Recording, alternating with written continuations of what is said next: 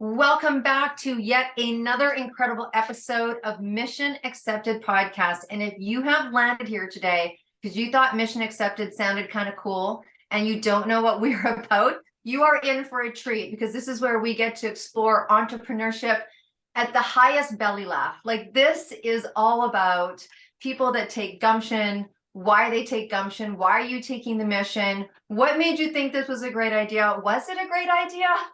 We don't know. We just know that we're going for it. Anyways, we're so excited today because Amanda Thompson, I have had great honor of working alongside her and watching her in her glory. And I remember watching her doing a presentation and I'm like, that's somebody I want to have coffee with after. You know, when you go and you see someone, on stage, or you watch a video and you're like, man, I'd love to have a beer in the pub with them. You know what I mean? There's more to meet the eye. And I love that. You know what I'm talking about. It's just energy, and it's bodacious and it's contagious and it's a lot of fun. And now look at you guys, and I can say this, I can double down today. And double down, isn't double down like a sports term? I think we might talk a little bit about sports today, but we're going to double down because you guys know how much I adore you, how much we appreciate. You are sending in messages. I mean, I just love you guys. You're pretty transparent, which, that makes sense. So are we. You're the things that you're doing, like cooking dinner, doing yoga, skating. Who does? Someone's still roller skating. I don't know. Your podcast is super cool. It makes me laugh. So anyways, not only are you guys like the best podcast hosts and the best podcast listeners, but let me think. You're the most innovative. You're the most innovative. And I think you know what I mean. And if you don't, you will, because that would be a word that I would use to describe Amanda. So enough about me talking, Amanda. They hear me all the time. Let's bring you on to Mission Accepted. Thank you for spending some time with us today. Oh my gosh, Deb, it's my pleasure. And roller skating is a thing. It is now taking over Instagram, TikTok, and I'm talking OG roller skates. Nice. Okay, you guys, go in your closet or storeroom or the bin in the garage. The bin in the garage. That's right. It's like for me with records, right? So it's like, the first time I took my son into a record store, we were driving. So my girlfriend was driving, we were coming back from, I don't know, something. And we were driving and he's like, oh my gosh, there's Narwhal. And I'm like, who's Narwhal? I mean, this must have been about 4 years ago. Narwhal. And so yeah, this one was what, 15, 16. And he's like, he interviews all the rap artists and blah, blah, blah, blah. So my girlfriend knows me. She just like, goes to the side of the street. She's like, go. My son goes white. A Narwhal walks into a record store and I'm like, this is it. This is the time that you get to go meet him. And he's like, I'm like, and my girlfriend literally kicked him out of the car. She's like, go. Right. So we go and I'm like, okay, we're gonna go in that record store. And he's like, why? And I said, well, first of all, you're going to go meet this guy. And second, we'll buy an album. He's like, what do you mean? I go, oh, you don't think Drake has albums? You don't think Tupac has albums? You don't think Eminem? He's like, no. I'm like, let's take you on a journey today. So anyways, yeah, it all comes back around. We lived in the best time, hey? Gosh, yeah, because we weren't on video.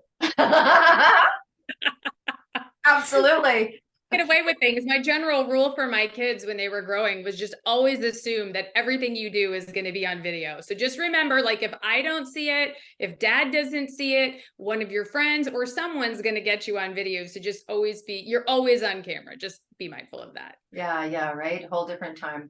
So hey, this shows a lot about taking the mission, and I've seen you do that, and I am watching you do that again. So thank you so much for coming on. What does a woman who started, being an entrepreneur at 14 have to say about yet starting a dream company? Share with us a little bit about that journey. Gosh, I think you realize maybe sometimes earlier in life or sometimes later in life that you were meant to be an entrepreneur. For me, I wanted to buy a car desperately. My parents basically said, hey, whatever you raise for a car, we will match. So I got to hustling at a pretty young age, and I ended up with a really cool gig. I was a full-time nanny for a family. I would prep their meals. Like, they would come in from work and homework was done, kids were bathed, and meals were prepped and ready to go. I joke with my husband now that I was like, I needed a me, right? But it set into motion really being able to get my first car. And for me, I think that always continued. I'm launching a new beauty brand called Kick Peach Beauty. And it started back in those teenage years. I would rip articles out of 17 and Teen magazine. You know, this was when I was, of course, like 4. But, you know, I would look at these DIY skincare components and I would be in my mom's kitchen and mixing up things and putting them in our hair and testing things. And so my love of skincare just started on that journey. And I think I've walked into that journey maybe in a little bit different of a way. That was my passion, but I grew up in corporate America, learning things about sales, operations, marketing, and having been an entrepreneur on top of that is really, I think, set me up to now launch my own brand, bring it to market, and make it a successful brand. So I relate to you on many different levels, and I know so do many of our listeners, where there was that you could take it back in time and see where the spark happened, maybe somewhere else, maybe in a different industry. I always say that, you know, there's many ways that we get into becoming an entrepreneur. Some of us can go back and see, oh, that's where it started, right? And then some of us, I always say, got dragged into entrepreneurship by our best friend or our partner, or, you know, people got, you know, dragged or drugged, you know, into the world of entrepreneurship. And then they found their groove later on. They came into something and they were like, I like the zest of an entrepreneurship, but I don't like this sector. And then they move around. But I think it's really interesting when you go back and you can tag it, right? Like you can, well, there's, you know, the interesting word for it, but you can tag it. You can see where it kind of started for you. So you're going on this journey. You've had a journey.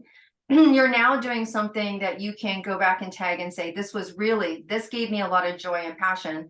But there's many aspects to a business. And we know, we've heard many stories of, you know, the most incredible baker that opens a bakery, and in 6 months or 8 months or 12 months or 24 months, and they get caught in this cycle. I mean, I was just talking about that. They get caught in this cycle of, they're really good at their craft, but there's other elements that make the business successful. I know that you talk a lot about your experience in corporate and understanding numbers and operations and strategy and marketing and what have you, and blending those together. Can you talk a little bit about that? Because one of the things that happen for entrepreneurs, and I see it as someone who does a lot of internal training and one-on-one coaching, you hear all the time, I know I need something, but I can't afford it, because they're not being successful in their business. So where can you give some advice in that arena? I think it's a really great question. And I think for me, even in my own entrepreneurial journey, I've struggled with, I would almost call it imposter syndrome. Is what I'm creating going to be good enough? So I think by the time you get to this stage of either creating, curating, making, opening, whatever it is, you've given a lot of thought to your product. But I think then the back end side is, what's the path that I need to take to get me where I want to go? I think about my dentist. I love her. She's an incredible dentist.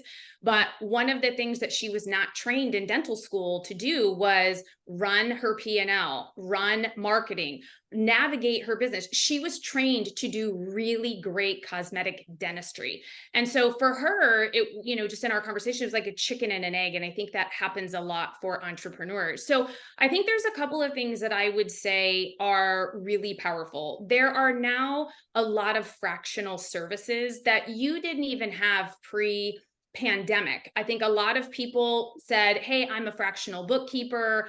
If you're not great with, you know, QuickBooks, Quicken, hi, that's me. But having a bookkeeper yet doesn't make sense because I don't have enough transactions. There are a lot of fractional people who can step in and do that for you on a very part-time, spare time basis.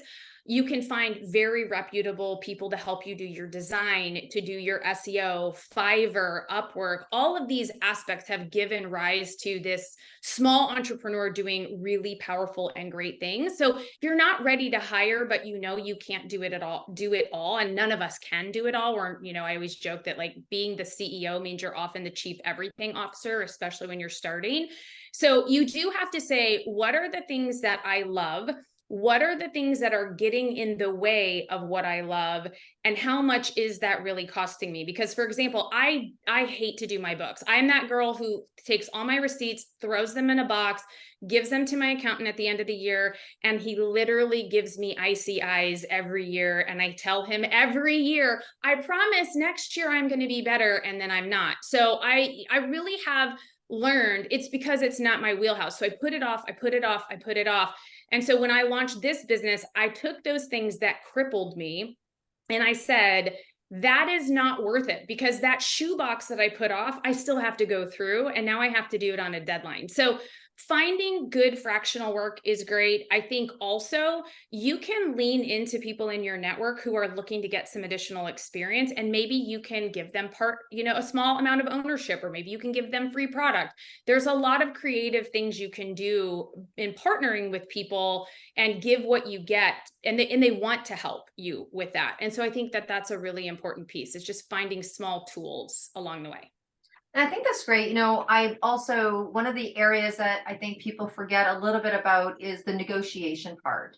So if Yes. you are looking for someone, I just had a conversation with a very considerable speaker, and I was going, okay, so what's your gauge on speaking and what do you charge for this and that? And she's like, well, it's gone anywhere from 2,500 to 25,000. I'm like, that's pretty vast. That's pretty vast in there. And she says, well, sometimes when companies are just starting, it's 2,500 and 2 years of products. She goes, so there's my Christmas presents. I mean, and this is a keynote speaker that you would never think those words would come out of their mouth. This is just a private conversation. And most people are willing to negotiate if they actually believe in you, just the power of you. And what, even just being able to say, what is the best price that you can offer me right now in my business? And you know what, feel free to take me back up to your regular fee as we progress and I get more successful. You're going to know when that's happened. I'm going to know when that's happened. And I think that there can be some flexibility around that, because a lot of people I can't with the assumption, and then it disempowers them a little bit. So not that you're going to go out there and ask people to do everything for you for free. There needs to be a value to value exchange, but what can that look like, even from a temporary standpoint? But here's something. You can't lose what you do best, right? If you're a baker and your job is to bake, you can't spend more time doing books than you are baking, because at the end of the day, you're never going to get more revenue if you don't do what you do best. You have to be able to delegate very quickly. Sorry to interrupt you. No. It just brings me to something that I absolutely love, that you've really honed in on, and I think was something that you really dove into. Was there's a lot of people that do a lot of things. I mean, they would say, God bless you, God bless you, bless her. You are going into a very highly competitive market space. People know and see skincare and sometimes walk into a store or pull it up online, and you can really get a glaze. There's a lot of words that people use in skincare that are highly used and highlighted, and the best.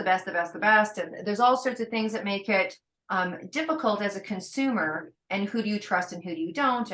Or people that are really attached to a line that's worked for them and they're scared to go try something new or what have it is. So I think that you've done something that I think is quite wonderful, in the sense of, from a strategic standpoint, many people think I'm an incredible baker and I'm going to be successful.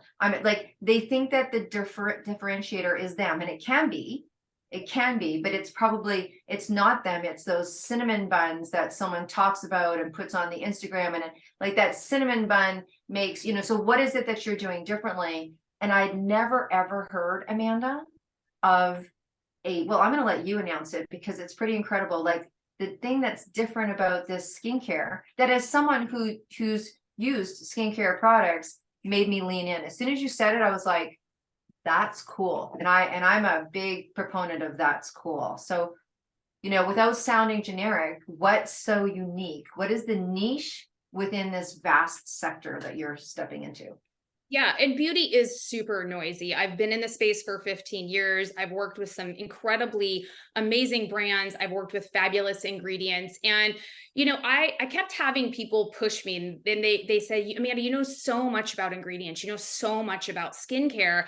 And I've really built trust with my audience over the past, multi-decades, if you will, on being somebody who is a trusted advisor with skincare. And so for me, I really believe that if you're an entrepreneur, you can have a really great idea, but you do need to use data to help you make that decision.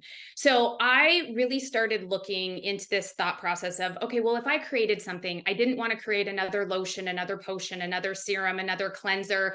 I didn't want to get pigeonholed into an ingredient. I really wanted to do something completely different in this space. And so I started doing a lot of research. I think that most people, when we're looking for beauty today, we're looking for simple, we're looking for easy to incorporate into our routine, and we're looking for sustainability. More than ever, consumers are thinking about their beauty footprint, and they're thinking about really, the package sizing and what we're doing. And so as I started gathering data, I started really this one question that everybody has always asked me, which is, why is my skincare really just not doing anything? I feel like I try everything on the market, all of these things. And so this one question kind of led me down these rabbit holes, then to back it with data. So if you look in open space, all of us as entrepreneurs are trying to do something innovative in our space. And as you kind of peel the layer back, it will come to you very quickly as you start to see Reddit threads, you start to look at Quora, you start to look at all these things. What are people saying? And what I kept seeing in these threads was exactly what my friends were saying. Why is my skincare not doing anything? And then I started seeing, why am I paying for these giant containers that feel like water? So I did a lot of research, and the data would suggest that water, most of our skincare formulations are 65 to 90% water. So when you start thinking about, what am I paying for? Is it really working, or is it just watered down? And am I paying to ship water all across the world? That seems like an incredibly environmentally unfriendly practice. What options exist? So I actually created a powder-based formula. You empty a packet into your hand, you add a little bit of warm water to it, you mix it, and it turns into a gel that you put on your face at night, and it does all the things. So it's one simple product. It's super lightweight. It's really made to reduce your carbon footprint. And while we call it waterless beauty, it's really water less. So how can you use less water in your beauty routine? How can you still get the results? It is a pure active formula. So there's no fragrance, there's no preservative, there's none of the stuff that when you read a beauty product label, if you really regret not paying attention in high school chemistry, you wonder what half the ingredients are, let alone what they do on your skin. So I wanted something super simple. I wanted to create that. And so that's what I did. I just went to work. Wow. So I don't think I've ever heard of, like you said, water less. I mean, it's interesting because we've started to see it happen in nutraceuticals, right? Sure. But never. And as someone who travels, maybe not as much as someone like yourself that knows every code to every airport in mankind. If you ever want to know if you're going to Vancouver, Amanda's going to go, oh, you're going to YVR. So Okay. one of her secret formulas is knowing all the codes to all the airports. What? Okay. So when you're, for me, whenever I'm looking at things like that as someone who's traveling, that's perfect. Those I've gone to like, okay, how can I make the least amount in my suitcase and all that good stuff. But so tell me, you come home with this idea, your husband goes, what? Like, what was it like after being in the industry for so long? You have had a long corporate and entrepreneur career. What was it like for you to go through the process of reinvention? Because here's the thing, many entrepreneurs 10, 15, 20 years in almost can have that same crippling feeling when they're converting their entrepreneur business into something else, as it was when you left corporate originally, or when you decided to dive in. It's a different conversation with yourself when you go to reinvent. It is, and it's scary. I mean, honestly, if you're being just incredibly transparent, you have this idea. So this idea really came to me through a conversation with my husband and really doing all of this research. And I really looked into the market, and there was nothing. Like I literally thought to myself, okay, how has no one done this or done it in the way that I want to do this? There are some powder formulas on the market. They're very single note. They're in big, messy containers that kind of powder everywhere. You don't get prescriptive dosing. So very quickly, I was like, oh, this is why people haven't done it, because it's a small amount, and it needs to be in a small little stick pack to keep its freshness, if you will. And so I think, for me, as I looked at this entrepreneurial journey, this step of, am I good enough? Am I confident enough? Oh, I'm not a dermatologist. Oh, I'm not a chemist.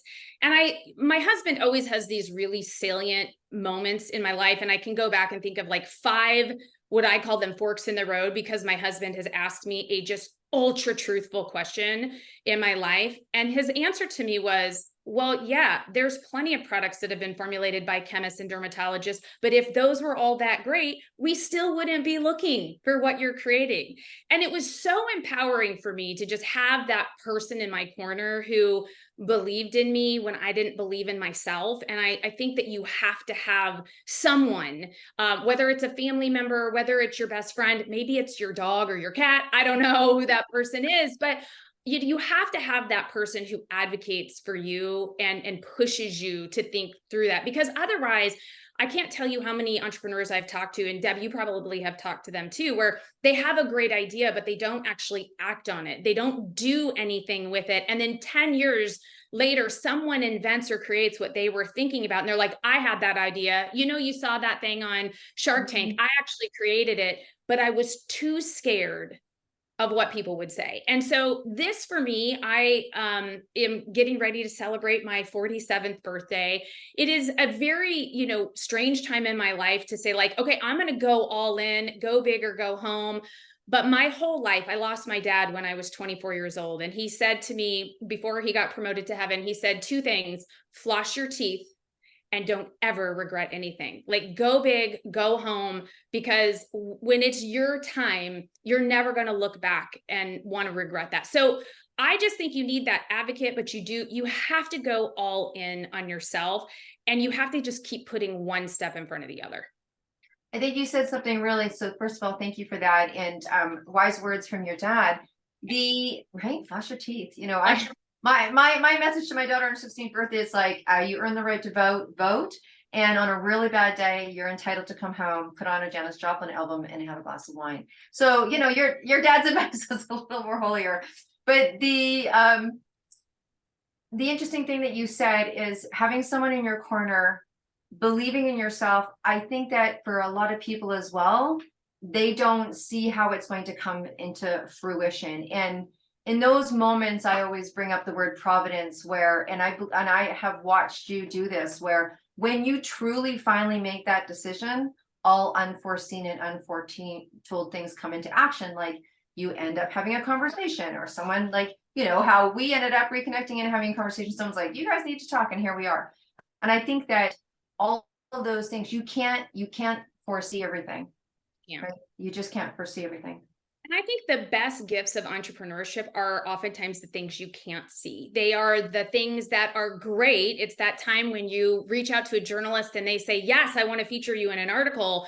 And it's that time when you realize, oh, crap, I didn't register for sales tax in a certain state. Now I owe X number of dollars. And you're like, okay, but you learn from that. And I think if you have this mindset that it's not going to get easier, you're just going to get better, and you're going to start to be more flexible, you relieve a little pressure that you need to know it all, and you do learn how to ask questions. I would also encourage people to ask their network, because things that you might think are hard for you are actually really easy for other people. So you never know who's like, oh yeah, don't shortcut that shortcut, or hey, does anybody have advice on this?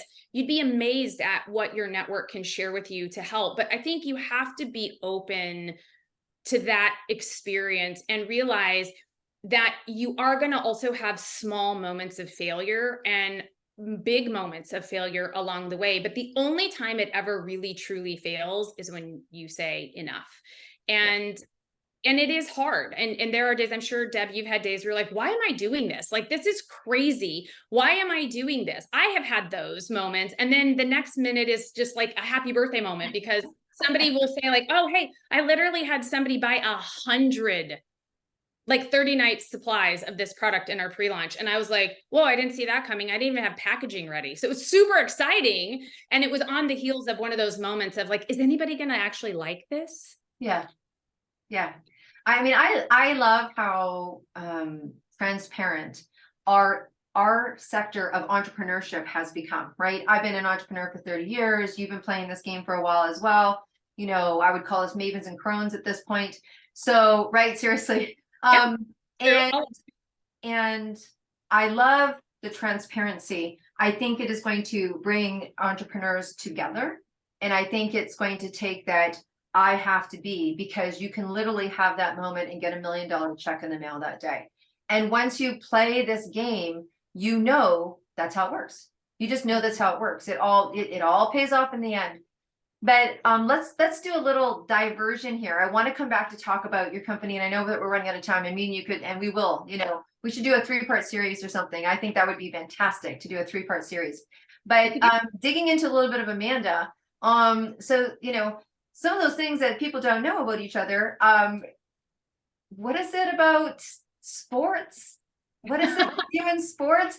And you've got how many letters do you have? Like, you have more letters than the alphabet? Like, do Oh tell. my gosh. This is one of my, when people ask you, they're like, okay, tell us 3 truths and a lie. I always use this in that game because I love beauty. I love cooking. I love reading. And really the only thing I love about sports is being at an event to have a glass of wine and talking to my friends. Like, I don't really care about sports at all. So the fact that I actually lettered in high school in every single sport my high school offered, including football, men's wrestling, men's basketball, women's basketball, volleyball, was pretty hilarious. In fact, when I met my husband and he, you know, how you pull out like your relics, he held up my letter jacket and he's like, why do you have a wrestling and a football pin? I was like, oh, actually, there's an answer to that. And it's because I was a cheerleader. And because I was a cheerleader for all those sports, I put in enough hours on a varsity team event to get a letter in every single one of those sports. And my husband literally fell down laughing because, again, I'm such a girly girl. He's like, that might be the most hilarious thing about you ever, because I'm just about as unsportsmanly, you know, in terms of athletic prowess as you possibly could get. And so he died. So I'm really not that athletic, but I do have a letter in every single one of my sports in my high school. Well, I think that just goes to show that there's many ways. You know what they say, there's many roads to Rome, and there's always a really good story behind a good story. Oh my gosh. Okay. So before we kind of get you to dive a little bit in and tell us more about how we can find out about what you're doing, because I'm sure you've intrigued the minds of many. I'm not going to say tell us something that you don't know, but here's something that I believe, and I don't know if you do too. I believe that words are really powerful. And I think that when you have we all have, you know, I don't know if you, but again, I was talking about how my office looks like Tony Robbins' garage sale, and I have my treasure maps, and I've been treasure mapping forever, right? My daughter's 30. We did it like when she was 1, you know, okay, what do you want a little toy on your treasure map? Like, we had little treasure maps and they grew and grew. And so we used to do it on New Year's Eve. And so I have these treasure maps, and there's things that I know that I want to accomplish. And it's interesting because sometimes when people say, okay, you know, what's your top 3 things? And you kind of draw a blank a little bit. You're like, you know, there's so many, but what, you know, do we really know? And is it written down somewhere? And I'll always remember the story of when I had an experience to hang out with Jack Canfield a little bit. And he was telling me how he had on his office wall, you know, his bucket list. Like, he was completely transparent with his bucket list, and that other people got to see it. And many people, we don't do that. Many times we don't do that. And he just happened to have, you know, he wanted to fly in this very unique, very few ever made firefighting jet.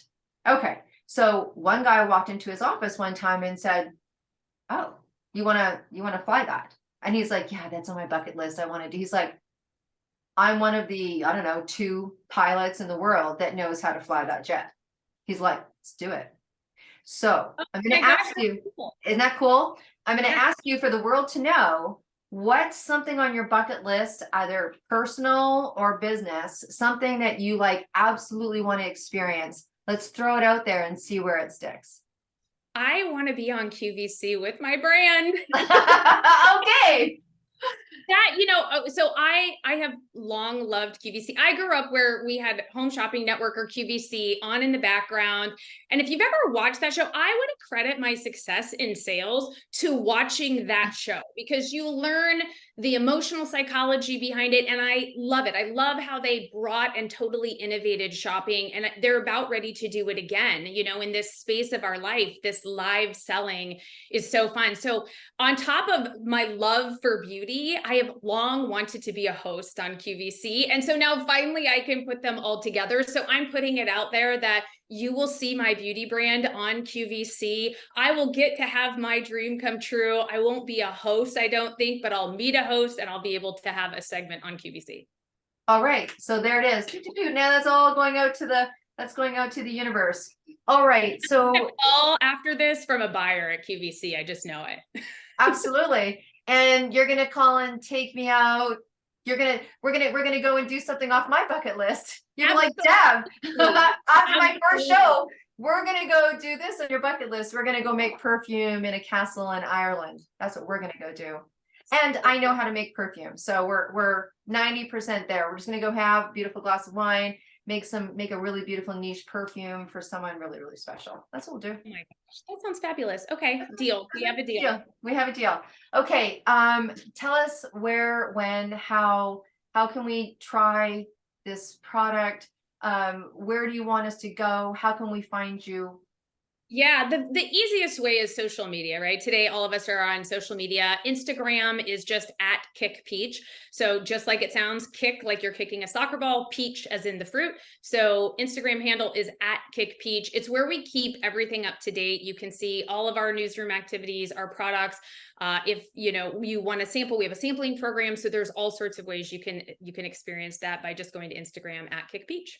All right. And if you are driving or flying your flyer jet or doing whatever it is that you're doing, or you're hosting a show today, you can just take a look in the show notes and that will all be there for you. Amanda, this isn't the first time that Mission Accepted is going to have you, nor the last. I'm looking forward to watching the progression of your company. And I think that just even if someone was like, I don't use skincare for whatever reason, I think you need to follow Amanda, because if you listened to the majority of this show, it's about the lessons behind the entrepreneur. Like, I think we do watch and learn from people, and you're doing it right. So congratulations on that. And I have one final question for you. Sure. Now, you're on your way to a desert island. It's you and you. It's you and you. You have one suitcase, right? And she's going to know the code of the airport to go. But anyway, you have one suitcase, and in that suitcase, you have room for one album and one music album only. What is the album that you are going to take that you could not imagine not listening to for the rest of your days?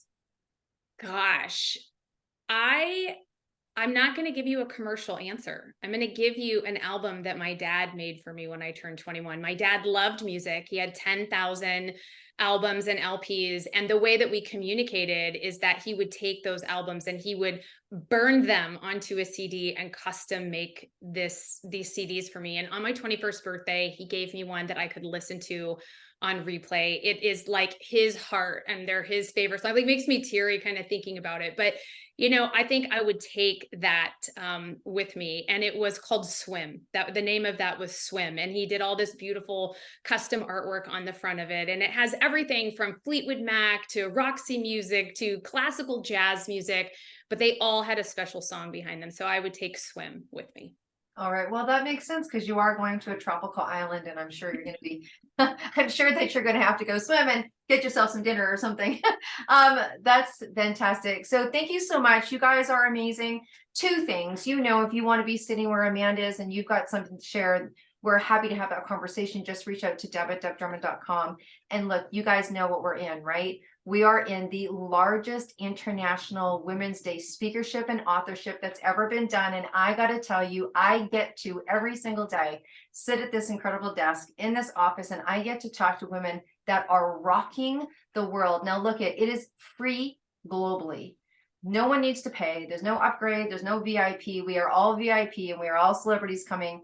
If you are a woman or someone who supports women in gumption, in projects, in business, in life, it is the place to be. And it has been created for you on the 8th day of every single month for you to come and fill your bucket up, because we all need our buckets up. Whether you are an entrepreneur, whether you are working for someone else, whoever's dreams you're building, whatever you're doing, there's always room for a little bit of extra love in your teacup. That's just the way it works, right? And we know when we're full, there's a great sense of satisfaction and there's a great ability to give to others without a sense of depletion, because that's not an equal exchange.